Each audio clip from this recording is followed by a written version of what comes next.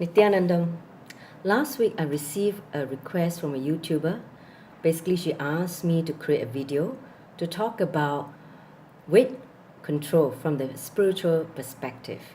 So here I am addressing her question. So first of all, in the Vedic tradition or yogic perspective, we don't really talk about control because control is still coming from the space of powerlessness, suppression. So let's think about it from the perspective of understanding and how to go beyond the issue of eating disorder. So first of all, why are we facing so much issue with weight in the modern day? That's because modern human being has become so unaware of the closest object to the consciousness, which is the body. They are being unattentive to this body. See, this body is the closest object. How can you be not aware of it?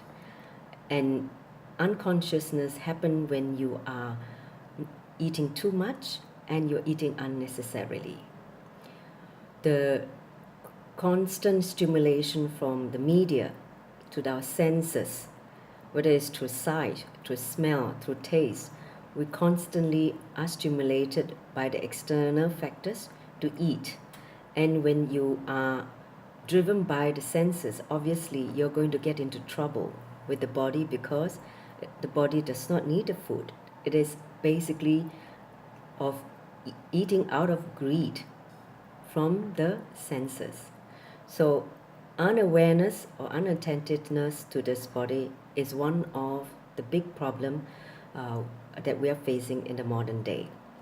So when you start to bring awareness to this body, understanding that this body is a vehicle for your dream and achievement in the outer world, you will not abuse this body by putting all the wrong stuff into this body. So you will start to take responsibility to maintain it properly so that it can serve you. So that's the first understanding, bring awareness to the body. Second, working with the physiology of this body. See, our human body is such a miraculous bioorganism. And it has the possibility to transcend from the lower animalistic quality to a divine quality. One of which is you need to understand that as animal, you receive sickness from the stomach. But for human being, the yogis knows that the right sickness for hunger and thirst does not come from the stomach. It actually comes from the throat center, Visuddhi chakra. So not from the Manipura chakra, but actually the right signal should come from the Visuddhi chakra, your throat center. And when you are not aware of this physiology of your body, when you start to take the signal from the stomach, basically, why are we feeling that whenever you hear the noise from the stomach, you're dumping food? That's because you're so habituated to dump food in the body whenever it sends a signal from the stomach. And it sends a signal because of out of load. It is feeling that the load, the matter of the load is getting reduced. It wants to feel the heaviness. So when you receive the signal from the stomach, it is coming out of greed because you want to store food for future, which you don't need. So understand that from the yogic perspective, we eat to nourish the body, not eat to store food. Understand? So eating to nourish the body should come from the signal of the throat, your Visuddhi chakra. How to do that?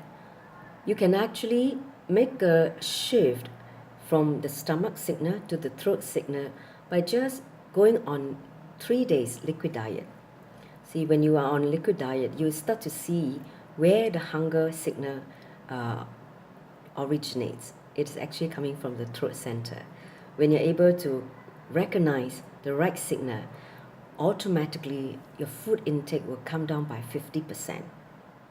So naturally you will eat less and you will be much more healthier and not only energetic because you're not eating too much and feeling heavy and dull and lethargic after eating.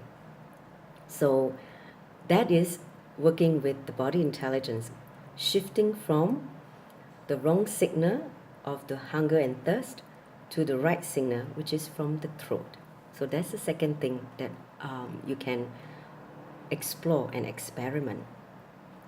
Third thing, because we're eating so many different kinds of food from the agricultural land, from most of us are not growing our own food or own fruit or vegetables.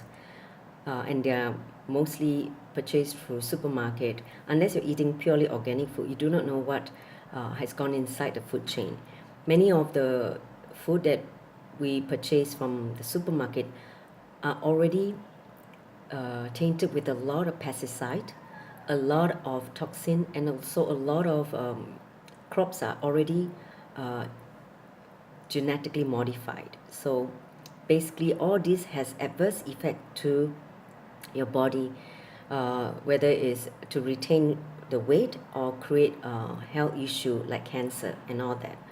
So from the yogic perspective, it's also recommended once a while you go on a detox, basically a thorough cleansing of the whole digestive system and allow the digestive system to have a break. So that technology is called the Niyahara Samyama, which is given by enlightened master, His Divine Holiness Paramsa Sri Nityananda. He's my guru, and basically I've tried this technology. Is basically fascinating yogic science, which will not only liberate you from all food patterns but also help you to gain the right ideal weight, as well as liberate you from a lot of diseases related to food patterns. So you can check out from the website Be Food Free, BFOODFREE.org,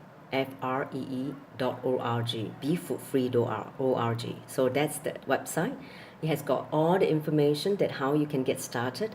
It's a 21-day program whereby you basically go on liquid diet to awaken your higher energy center of producing food by yourself, and also basically go beyond food patterns. So it's something that worth trying. Detox yourself. The fourth thing that I also want to recommend is also getting into the right powerful cognitions about the body and basically the consciousness. See, understand that this body, this mind, are the perishable component of you. Basically, you're here, and the moment you exit this body, you'll be gone. So if you start understanding the imperishable component, which is consciousness, the eternal dimension of you, and start to discover the higher possibility, how this body can be awakened to higher possibility intelligence through the consciousness.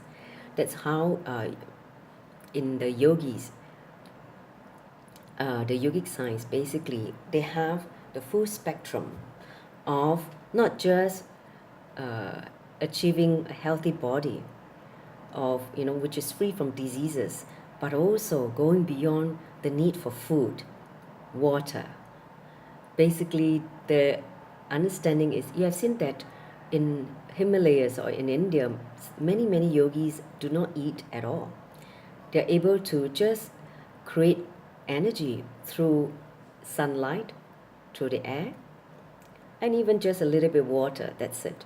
And they basically can survive for months or even years without solid food.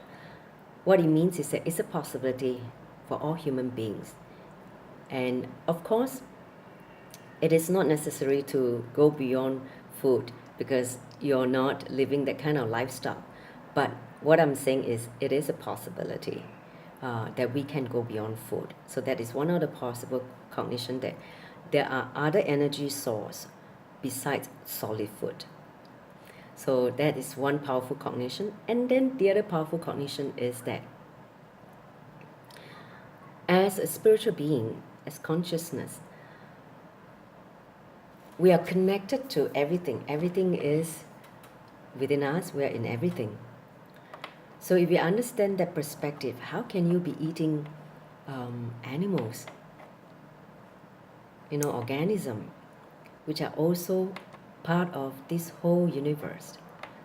So, and understand all these animals, when they die, they basically suffer a lot of pain, and all this pain memory come as a toxin. A kind of toxin get released at the point of death, and when you digest all this meat, you also carry basically the toxin in your muscle memory, and that is actually going to be creating health problem in later part of the age, creating cancers and all that. And also you will be carrying a lot of pain memories in the body. So understand that. That's why yogis, they take very little from planet Earth. They do not disturb the animal species. They only take a little bit from the grain or the vegetable. They know that they are not here to take, they are here to give. So if you are able to shift from that powerful cognition of having to eat and eat and eat like animals, or just going beyond that, live like a yogi. I mean, if you start living like a yogi, you will naturally have a very healthy body, a yogic body, and also being conscious. So with that, I hope that answer the question to this YouTuber in terms of weight control from the spiritual perspective. And I truly thank you for your comment. Nityanandam.